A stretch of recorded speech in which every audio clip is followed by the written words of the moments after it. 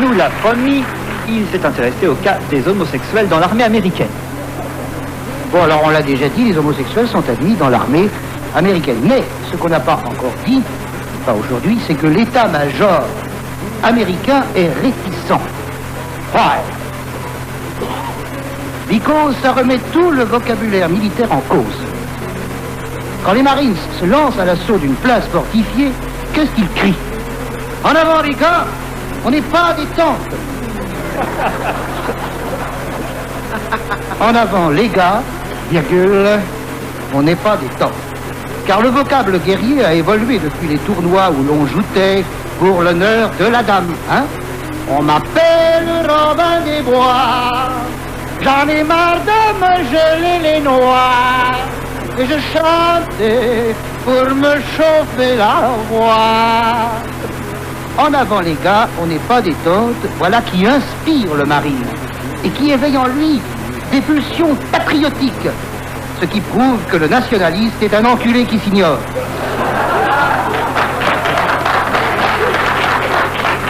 Si vous incorporez des homosexuels dans un commando de Marines, vous ne pouvez plus avancer l'argument « on n'est pas des tentes ».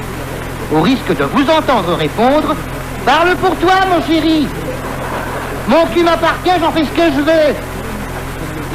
Il faut donc modifier l'injonction et dire, en débarquant sur la plage minée, « en avant, les garçons.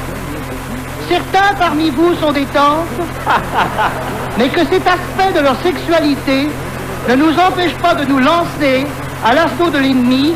Sus !» Le dernier mot. J'enlève le dernier mot, évidemment. C'est un peu long, mais ça laisse à l'ennemi le temps de tirer, si j'ose dire.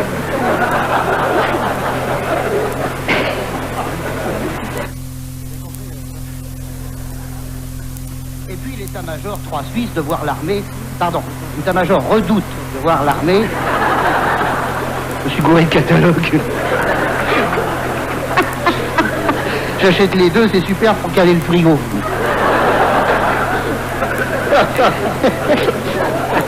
On a quand même deux pour le prix d'une merde, hein, je veux dire, c'est pas mal. L'état-major redoute de voir l'armée contaminée par les délices de l'amour homo. C'est la contamination qu'on redoute. Des couples peuvent se former. Une ambiance amoureuse peut s'emparer de tout le contingent qui s'abattrait sur l'armée irakienne pour lui rouler des galoches. Coucou Slimane. Bonjour, c'est Johnny.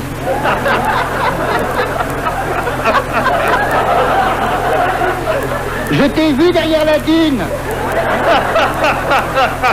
Allez, montre-toi, coquine. Oh, mais dis-moi quel beau treillis, hein. Fais voir ça. Imperméable. L'état-major ne pourrait supporter ça, car l'Amérique est pudibonde. Clinton a flanqué sa fille dans une école religieuse de riches pléonasmes. Après avoir fait campagne pour l'école publique, l'enfoiré, il a niqué son électorat jusqu'à l'os, à croire qu'il a pris des cours en France.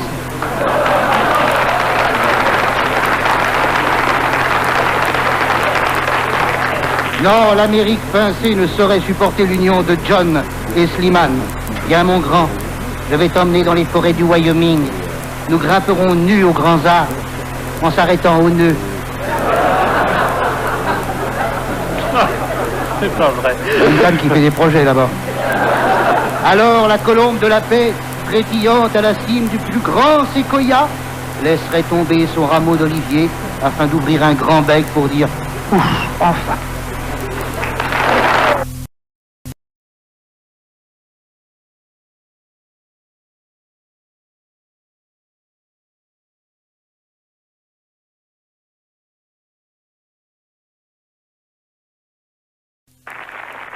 Cachait bien son jeu.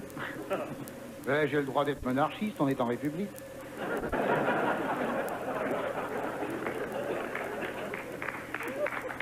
Eh bien, cher cousin, mes hommages.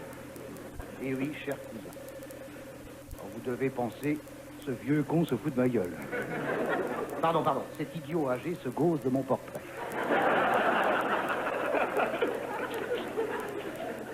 Eh bien, non. Que nenni. Oui, que nenni, car en vérité, je suis un de vos lointains cousins, et je vais le prouver.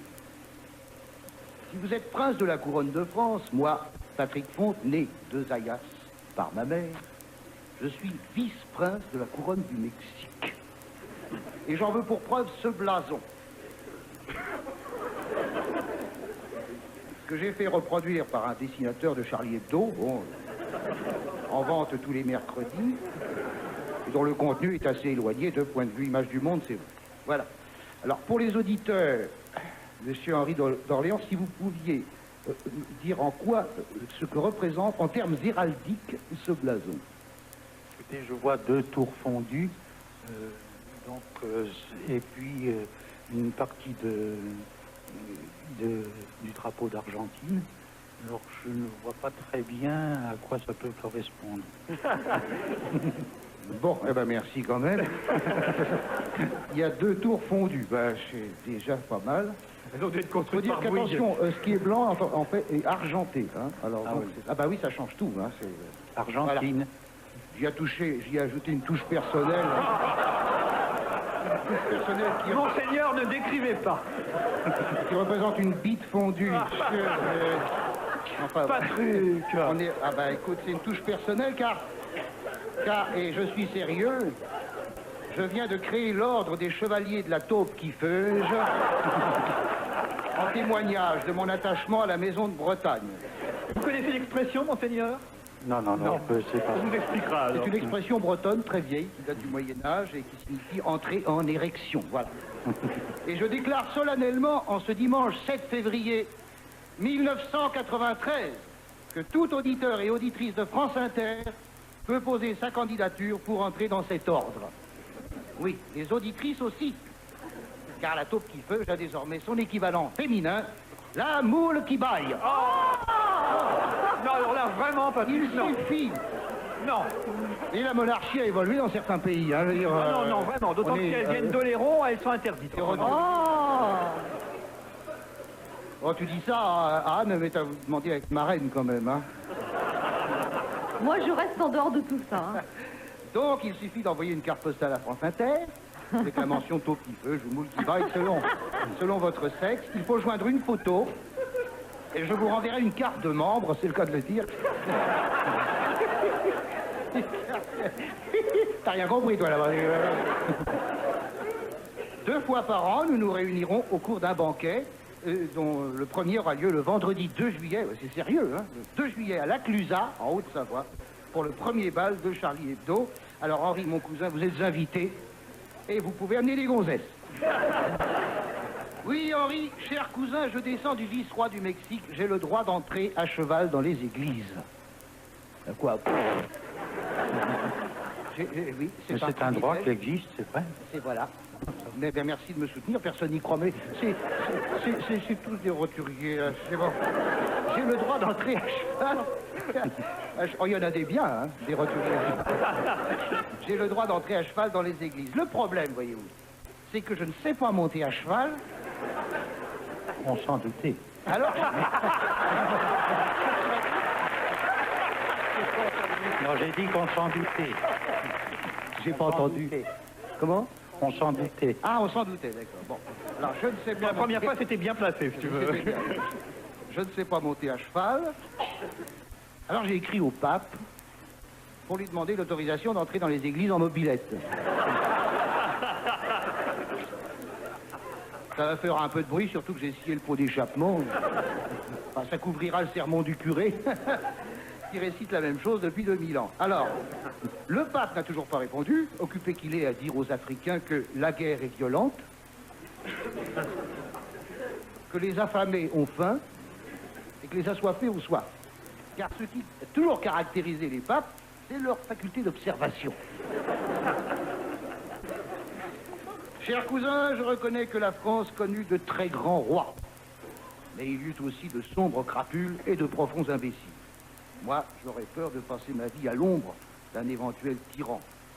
C'est la raison pour laquelle, bien que descendant du vice-roi du Mexique par ma mère, j'achèverai ce texte en disant simplement « Vive la République ».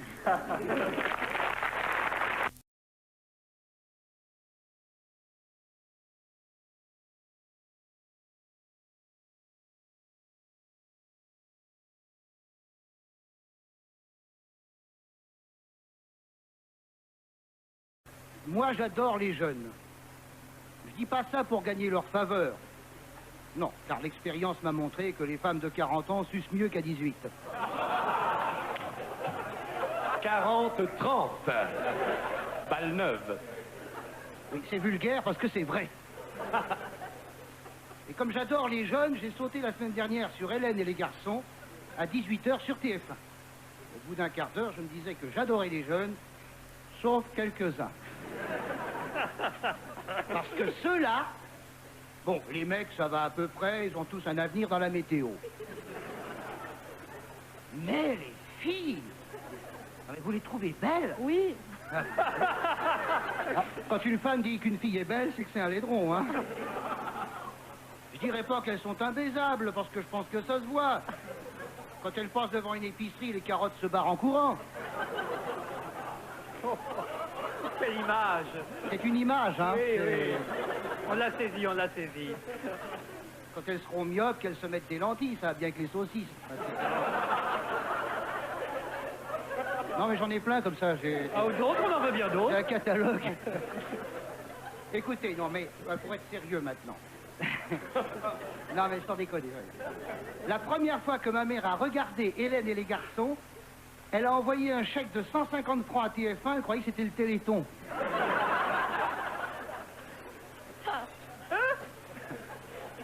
Mais bon, j'ai tort de me moquer, moi.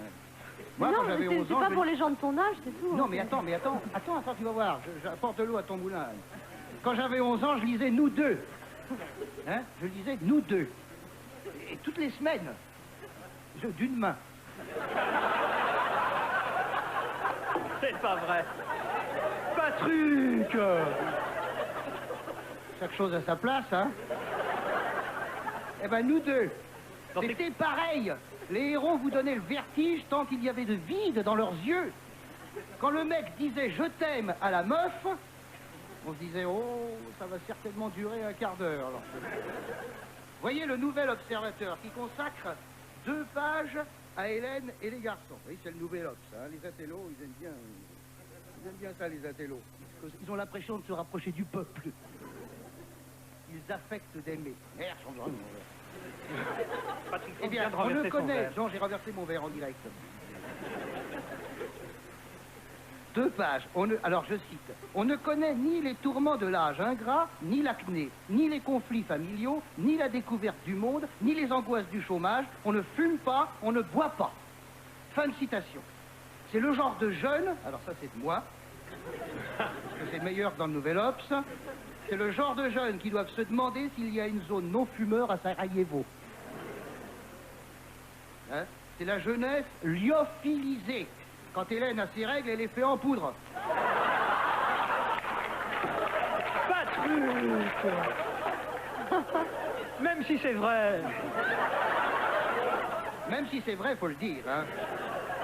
Non, mais écoute, dans le Nouvel Obs, ils comparent ça à Andromaque, ça va pas la tête. Oui. Rien n'a évolué depuis nous deux, mes enfants. Ça fait tout de même plaisir de voir des jeunes aussi cons qu'on l'était quand on avait leur âge. Non, non, ça fait pas plaisir quand on adore les jeunes. Non. Reprenons le Nouvel Obs, je cite. Et le sexe, si l'on ose écrire, n'est qu'effleuré. Remarquez, ça fait du bien. Moi, des fois, quand on m'effleure... Si, on en parle parfois, proteste Jean-Luc Azoulay. C'est le trisomique qui produit ça. Ouais, mais en attendant, il est milliardaire. Mais on ne... Comme quoi l'argent, c'est pas le bonheur. Hein. Mais attendez, c'est pas fini. Arrêtez vos conneries, la merde. Arrêtez, je fais évacuer France Inter. Je note que personne ne regarde, mais tout le monde comprend le texte. Oui, quand oui, même, oui. hein. Mais, je cite toujours, on ne le montre pas, c'est tout. Et alors, il précise pédagogue, dit le Nouvel Obs, parce qu'il est pédagogue. Hein. C'est vrai que dans pédagogue, il y a Gog. Hein. Alors, il précise, Jean-Claude Azoulay, là, le trisomique, c'est ça. On se doute bien qu'ils font pipi, pourtant ça, on ne le montre pas non plus. Et ben voilà, pour ce producteur, faire l'amour et faire pipi, c'est pareil. Et ben bonjour à celle qui lui fait une pipe. Elle a intérêt à aimer la bière éventrée.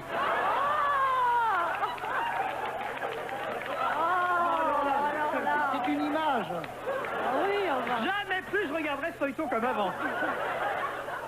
Moi, j'ai enfin compris l'histoire. Oui, oui, j'adore les jeunes et ça me gonfle de voir les jeunes assaisonnés à toutes les sauces en ce moment.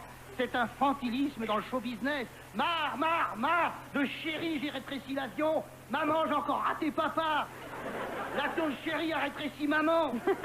Merde à l'infantilisme. Surtout que Charlie Hebdo nous annonce la suite de la saga. Chérie, je t'ai agrandi la moule. Et la suite, c'est pas grave, je vais faire un ourlet. Comment on va faire pour le... Voilà. pour le couper? Voilà, mesdames, messieurs. Voilà, chers auditeurs, tout ce que m'a inspiré Hélène et les garçons. Ah bah... Merci les Ah bah, ne cons. regarde plus. Merci les cons, vous êtes notre premier sponsor. Amen.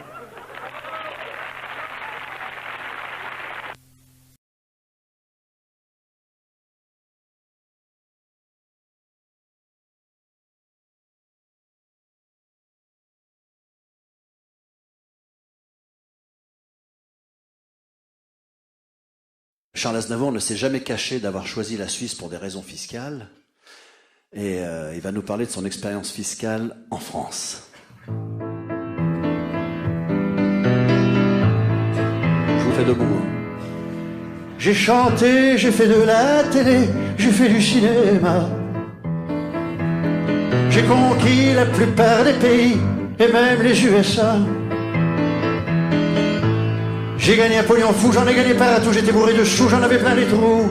Jusqu'au jour où les impôts m'ont taxé jusqu'à me réclamer ce que j'aurais dû payer si je m'étais pas pris pour Aznavour. J'ai gueulé, j'ai brassé les médias, j'ai mangé mon caca. J'ai failli chanter dans le métro pour payer mes impôts.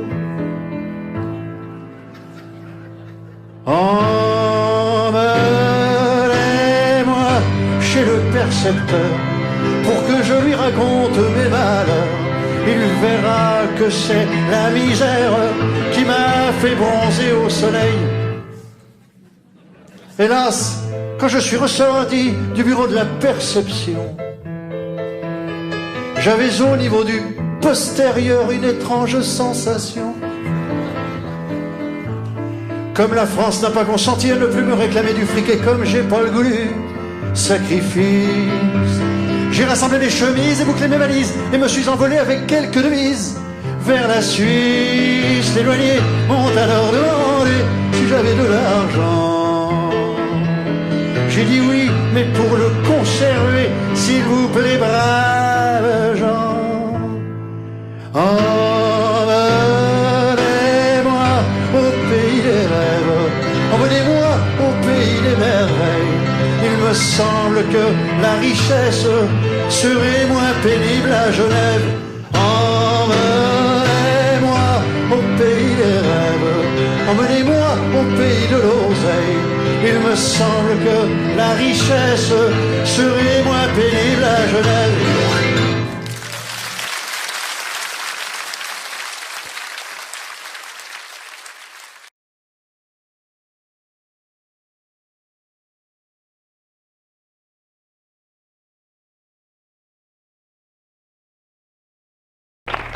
Patrick Fonte. D'habitude, quand revient le mois de juin, la classe politique est plutôt molle. Elle sait bien que les électeurs préparent leurs noyades en mer et leurs accidents de montagne.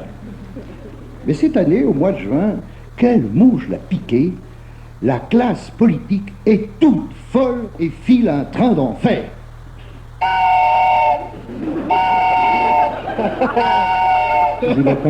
Qu'est-ce que c'est que ça? Dans quoi tu souffles là? Ça vient de San Francisco, ça s'appelle Train Whistle. Voilà. Ah, c'est ça. Je suis seul en France à le posséder. Tant mieux.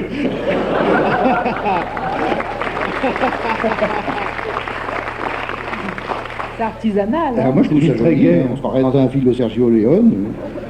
Bon, on va pas faire la nuit là-dessus quand même. Jacques Chirac sort un bouquin pour lire cet été sur les plages. Pour lire, lui.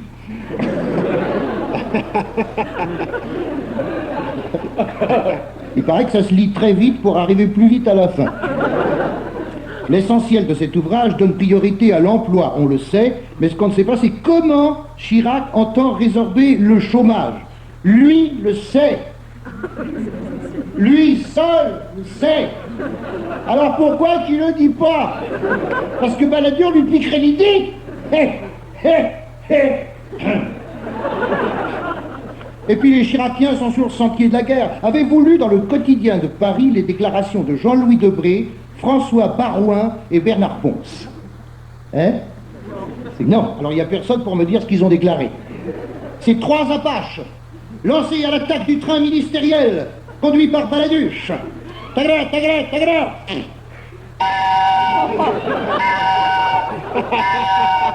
Oh ben, je m'en sers, faut que je l'amortisse.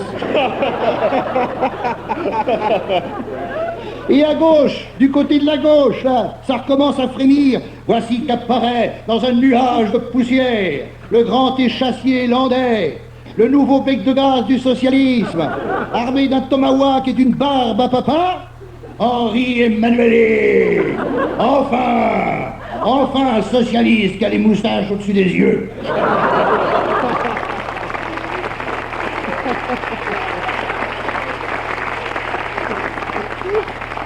Et puis, sortant de derrière la colline des Potos, Raymond Clopin-Bar-Clopin, se déclarant prêt à affronter les réalités du pouvoir, parfaitement.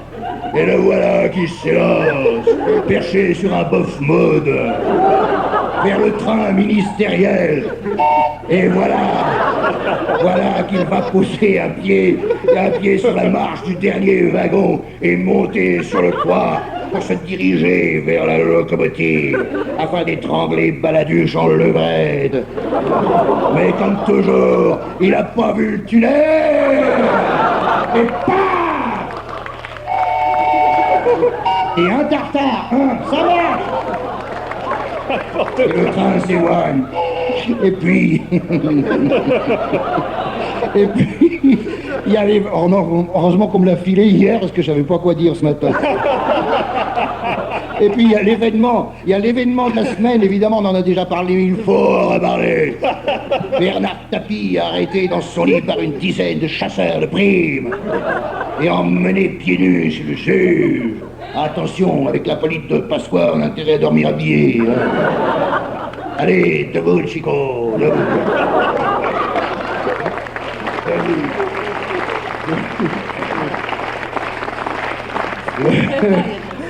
Le train de Gun Hill nous attend. C'est un vrai western, hein. Le train de Gun Hill nous attend, tu dois te rendre à Chattanooga.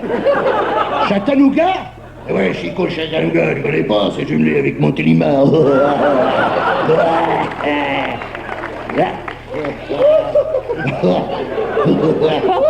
Et nous, si on le divise, ça fait Nougat de Montélimar. Si on le divise, sinon ça va rien dire.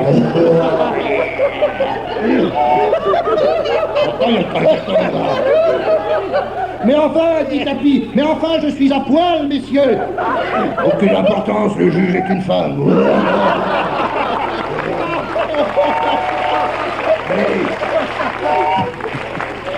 Allez, tu entends, mais t'entends pas le train? Allez, debout.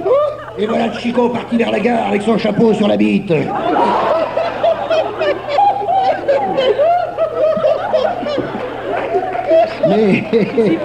Mais Pasqua... Ouais, sérieux maintenant là. Oh. Parce que moi je trouve que Pasqua il va un peu fort. Il va un peu fort parce que face à Tapie, le match est nul. Hein. Quelle différence y a-t-il entre Tapie qui fraude le fisc et Pasqua qui fabrique une université privée avec les fonds publics? Hein?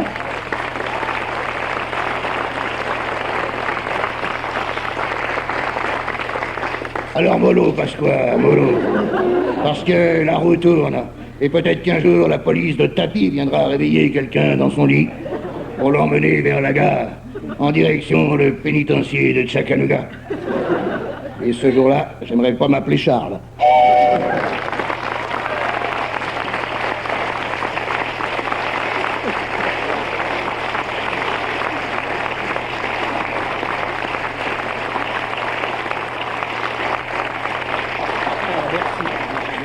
Vous pourrez retrouver le texte de ces chefs-d'œuvre impérissables baptisés Était une fois dans Fonte aux éditions de la Taupe qui Feuge.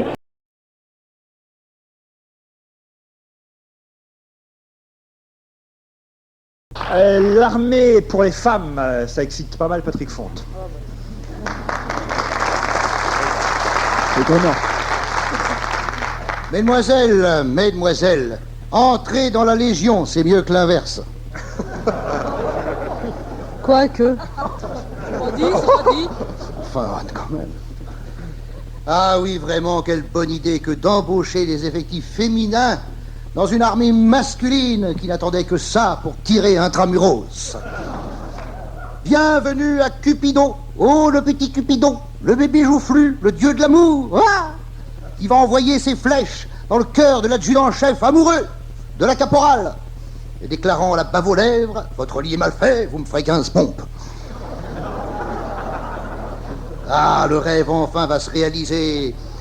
Qui va voir Emmanuel Béard, qui sera le canon, Mireille Mathieu le boulet. Car naturellement, cette nouvelle armée sera mixte, hein? Elle sera mixte. Oh, hé, vous n'allez pas mettre les hommes d'un côté et les femmes de l'autre. Hein? Ça sera le supplice de Chantal. Ah non.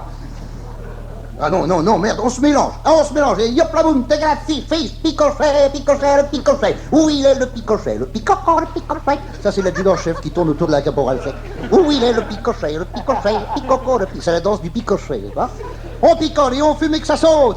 Feu, la topinette, feu, dans les guérets. Laisse tomber cette mitraillette et viens me brouter le suchet. Vieille chanson alsacienne. Oh. Un souvenir, Sophie? Non, elle fait des projets. Oh, vision paradisiaque d'une armée à poil, défilant de la Concorde à l'Étoile sous le regard ahuri de Jacques Chirac, pléonasme. Jacques Chirac, 10 ans à Juppé. Ah, on est sur les Champs-Élysées ou dans la rue Saint-Denis? Putain, je limite de mieux en mieux, hein.